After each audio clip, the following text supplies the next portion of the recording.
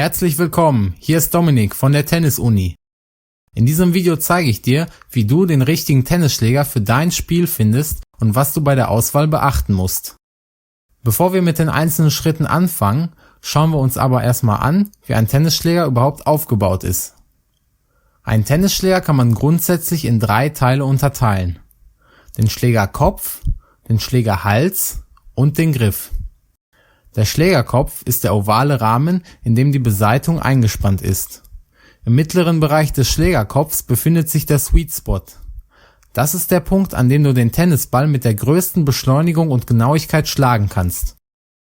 Der Schlägerhals ist der Übergang von Schlägerkopf zum Griff. Der Schlägerhals und das Schlägerherz schließen den Rahmen und geben ihm die notwendige Stabilität. Den Griff kannst du dir als Verbindung zwischen Tennisspieler und Tennisschläger vorstellen. Deshalb ist es wirklich wichtig, den Griff optimal an deine Hand anzupassen, damit du den höchsten Spielkomfort hast. Kommen wir jetzt zum ersten wichtigen Auswahlkriterium, nämlich der Schlägerkopfgröße. Bei der Schlägerkopfgröße hast du die Wahl zwischen einem großen und einem kleinen Schlägerkopf. Ein großer Schlägerkopf hat eine Fläche von mindestens 680 Quadratzentimetern. Der Vorteil ist, dass der Schläger einen großen Sweet Spot hat, was bedeutet, dass du die Bälle besser treffen kannst und so weniger Fehler machst. Zusätzlich erhältst du mit diesem Schläger mehr Power, du hast also eine höhere Ballbeschleunigung. Deshalb ist dieser Schläger besonders für Einsteiger geeignet. Im Gegensatz dazu hast du mit einem kleineren Schlägerkopf zwar gleichzeitig einen kleineren Sweet Spot, allerdings bringt dir dieser mehr Ballkontrolle, deshalb greifen viele erfahrene Spieler zu einem kleineren Kopf. Der zweite Punkt ist die Schlägerlänge. Die meisten Schläger haben die Standardlänge von 68,6 cm. Bei einem Schläger in Standardlänge hast du grundsätzlich eine gute Manövrierbarkeit und außerdem eine gute Schlagkontrolle. Wenn du einen Schläger in Überlänge nimmst, hast du durch die Länge eine bessere Reichweite. Zusätzlich ist die Hebelwirkung bei diesem Schläger größer und du hast dadurch auch eine größere Schlagkraft. Als nächstes Kriterium haben wir die Rahmenhöhe. Du kannst dich zwischen einem dünnen und einem dicken Rahmen entscheiden. Ein dünner Rahmen hat eine Höhe von bis zu 25 mm und ist daher auch flexibler. Mit diesem Rahmen bekommst du eine gute Schlagkontrolle, hast aber auch eine etwas schlechtere Ballbeschleunigung. Beim dicken Rahmen ist das genau umgekehrt. Du hast zwar eine schlechtere Schlagkontrolle, aber dafür ist die Ballbeschleunigung umso höher. Einen ähnlichen Einfluss hat auch die Rahmenhärte. Die Rahmenhärte gibt man in der Einheit RA ein, wobei 0 RA sehr flexibel und 100 RA sehr steif ist. Einen flexiblen Rahmen erkennst du an einer Härte von weniger als 70 RA. Hier hast du eine gute Schlagkontrolle, allerdings leidet darunter die Ballbeschleunigung. Dieser Rahmen ist insbesondere dann für dich geeignet, wenn du schon fortgeschrittener Spieler bist und eine gute Ballkontrolle brauchst, damit du die Bälle gezielter platzieren kannst.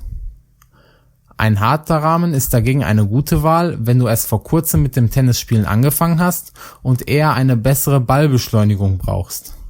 Die Schlagkontrolle ist dann erstmal nicht so wichtig für dich. Ein weiterer wichtiger Faktor ist das Schlägergewicht. Du kannst entweder einen leichten oder einen schweren Schläger nehmen. Ein leichter Schläger hat ein Gewicht von bis zu 280 Gramm. Hier hast du eine gute Manövrierbarkeit, was besonders hilfreich ist, wenn du erstmal die grundlegenden Schlagtechniken erlernen möchtest. Wenn du auf einem höheren Level Tennis spielst, dann empfehle ich dir einen schwereren Tennisschläger.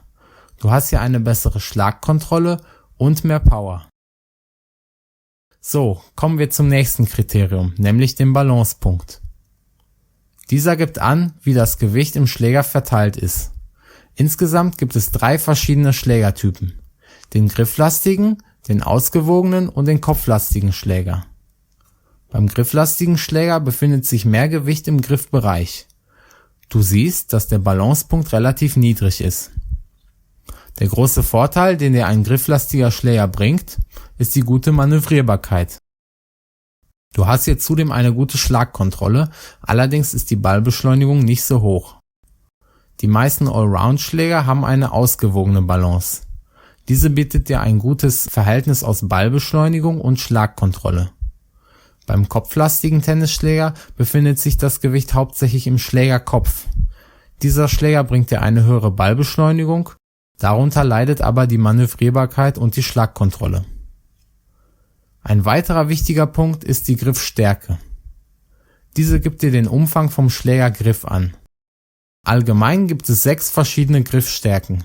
Diese gehen von L0 bis L5, jeweils im Abstand von 3 mm. Du fragst dich jetzt bestimmt, wie finde ich überhaupt die richtige Griffstärke? Das geht ganz einfach. Du brauchst hierfür nur deine Hand und ein Lineal. Du streckst jetzt einfach deine Hand aus und misst den Abstand von der Spitze deines Ringfingers bis zur zweiten Handfalte. Diese siehst du im Bild als schwarze Linie. In diesem Beispiel beträgt der Abstand 11,4 cm. Wenn wir jetzt nochmal in die Tabelle schauen, dann sehen wir, dass ein L4-Griff in diesem Fall die richtige Wahl wäre. Wenn du bereits einen Tennisschläger hast und dir nicht sicher bist, ob der Schläger die richtige Griffstärke hat, kannst du das auch ganz leicht herausfinden. Du hältst den Griff, als wenn du eine ganz normale Vorhand spielen würdest, wie in diesem Bild hier. Im nächsten Schritt nimmst du den Zeigefinger deiner anderen Hand und versuchst ihn in die Lücke zwischen der Spitze deines Ringfingers und deinem Handballen zu legen. Wenn dein Zeigefinger genau in diese Lücke passt, dann ist der Griff der richtige für dich. Das Herzstück des Tennisschlägers ist die Besaitigung. Ein Faktor ist das Saitenmaterial.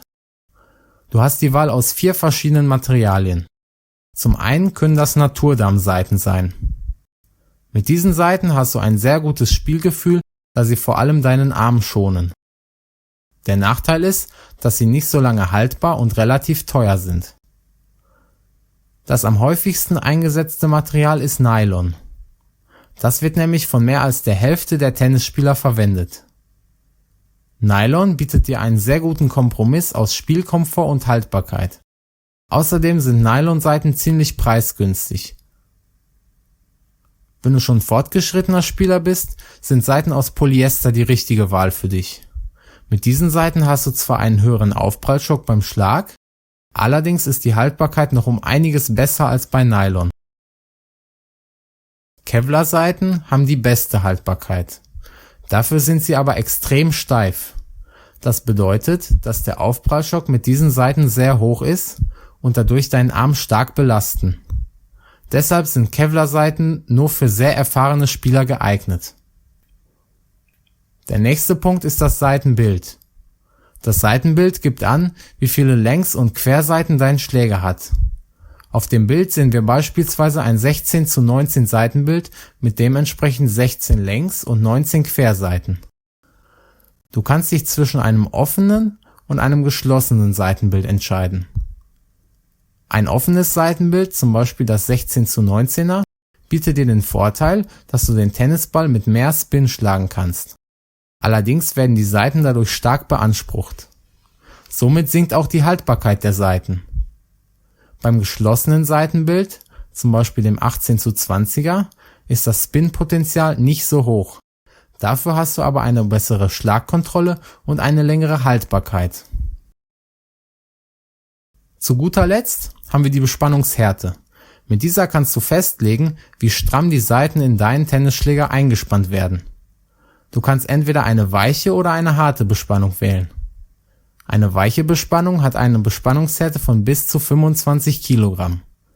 Das Saitenbett ist in diesem Fall flexibler und bringt dir eine hohe Ballbeschleunigung, aber auch eine schlechtere Schlagkontrolle. Bei einer harten Bespannung ist das genau andersrum. Du hast jetzt zwar eine geringere Ballbeschleunigung, aber dafür eine bessere Schlagkontrolle. Das waren die Hauptpunkte, die du beachten musst, um den richtigen Tennisschläger zu finden. Wenn dir dieses Video geholfen hat, dann gib mir gerne einen Daumen hoch und abonniere meinen Kanal. Schau auch unbedingt auf meiner Website tennis-uni.com vorbei.